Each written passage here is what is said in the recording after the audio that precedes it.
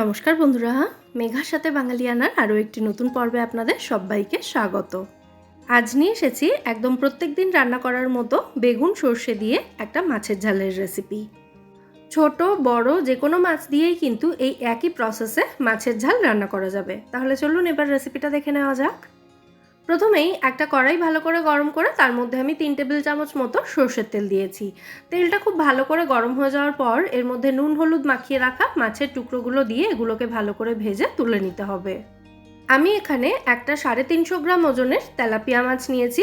আপনারা রুই, কাতলা, ভেটকি যে কোনো মাছ এখানে ব্যবহার করতে পারেন। মাছের পিসগুলোকে দুপিঠ থেকে খুব ভালো করে ভেজে তুলে নিচ্ছি।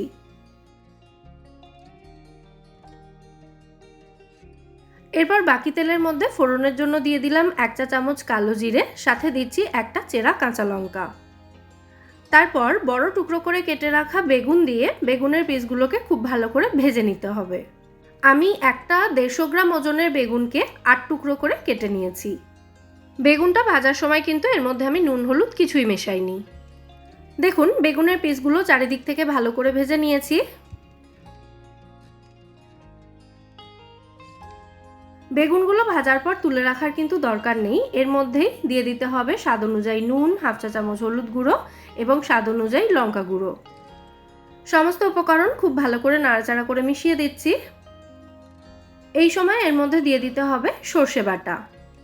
আমি এখানে 2 চা চামচ মতন সর্ষে গুঁড়ো সামান্য একটু নুন দিয়ে গরম জলে ভিজিয়ে রেখেছিলাম 10 মিনিট মতো এবং সেটাই ব্যবহার করেছি। আপনারা চাইলে সর্ষে বেটেই ব্যবহার করতে পারেন। সর্ষে বাটা দিয়ে কিন্তু খুব বেশি নাড়াচাড়া করার প্রয়োজন নেই, এর মধ্যে দিয়ে দিতে হবে গ্রেভির জন্য পরিমাণ মতো জল। সর্ষে পেস্ট তেলের উপরে দিয়ে খুব বেশিক্ষণ ভাজলে কিন্তু সেটা তিতকুটে লাগতে পারে, সেই কারণে সর্ষেটা দেওয়ার পর কিন্তু এর মধ্যে জল দিয়ে দিতে হবে, খুব বেশিক্ষণ না ভেজে। জলটা দিয়ে ভালো করে নাড়াচাড়া করে মিশিয়ে এর মধ্যে ভেজে রাখা মাছের পিসগুলো এবং চেরা কাঁচা লঙ্কা দিয়ে দিয়েছি। তারপর কড়াইটাকে ঢাকা দিয়ে এটাকে লো টু মিডিয়াম ফ্লেমে মিনিট 5 রান্না করে নিয়েছি। আমাদের রান্না এখানে অলমোস্ট রেডি। মাছের পিসগুলো একবার করে আমি উল্টে দিচ্ছি গ্রেভির মধ্যে, তারপর গ্যাসের ফ্লেমটা অফ করে দিয়ে কড়াইটাকে ঢাকা দিয়ে এটাকে মিনিট 5 স্ট্যান্ডিং টাইমে রেখে তারপর সার্ভ করব। নামানোর আগে চাইলে সামান্য একটু কাঁচা সর্ষের তেল ছড়িয়ে নামাতে পারেন।